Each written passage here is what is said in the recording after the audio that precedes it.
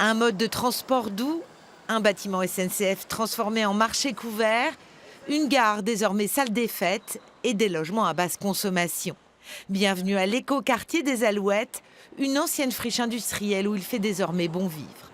Tout y est à proximité, donc on est un peu tranquille quoi, pour se balader. Puis on a tous des chemins boisés. Mais pour mesurer le chemin parcouru, il faut prendre de la hauteur. Nous sommes sur un ancien carreau de mine, devenu plus tard un site industriel. Alain Wacheux est le président de l'agglomération Béthune-Bruay. Dans l'aménagement du site, il y avait une sorte de belvédère. Est-ce qu'il sera réalisé ou pas, nous le verrons bien. Il y a 10 ans, l'agglomération déclare d'intérêt communautaire cette vaste opération de rénovation urbaine. Les premières études démarrent, la reconquête foncière est lancée. La ville était coupée en deux par ce qu'on appelait le cavalier de chemin de fer. C'est un talus noir de 5 mètres de haut qui n'avait qu'un point de passage dans son milieu. Et on a profondément modifié, peut-être d'ailleurs que les gens l'ont un peu oublié aujourd'hui, mais on a profondément modifié le paysage urbain en travaillant à la fois la qualité paysagère et les liaisons entre les secteurs de la ville. Mais les élus locaux le savent, impossible de mener seul ce chantier. On va chercher des financements, l'État est au rendez-vous de la remise en état de la friche, et puis pour porter les projets avec leur qualité environnementale, économique, développement durable, il y a l'Europe.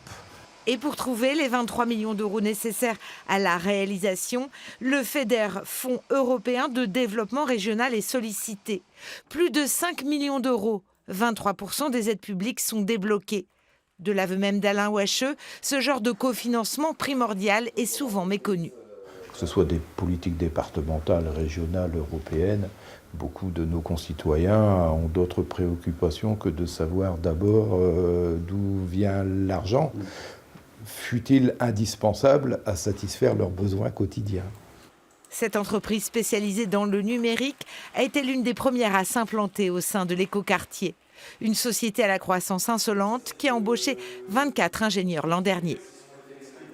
Si l'Europe participe à ça, je suis très content. Et puis c'est vrai que les agglomérations et même les communes du territoire ont bien besoin d'avoir des financements externes pour pouvoir redynamiser un territoire qui a été fournisseur de travail pendant très longtemps, mais qui a aussi eu des difficultés parfois à transformer, à muter un petit peu les comportements. L'écoquartier est aujourd'hui achevé aux 2/3.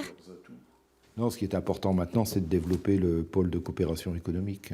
L'Union européenne s'apprête à verser sa dernière subvention, toujours dans un cadre très défini. L'Europe est quand même très attentive à ce qu'elle appelle les contreparties. C'est-à-dire que l'Europe est toujours dans le cofinancement.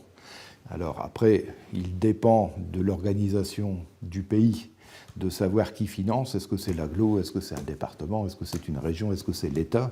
Mais l'Europe attend toujours des contreparties pour les financements qu'elle apporte. C'est un peu « toi, le ciel t'aidera » et le ciel, c'est l'Europe.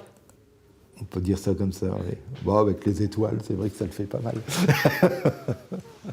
Et pour rappeler l'engagement européen, cette plaque discrète, mais scellée pour toujours, dans la brique.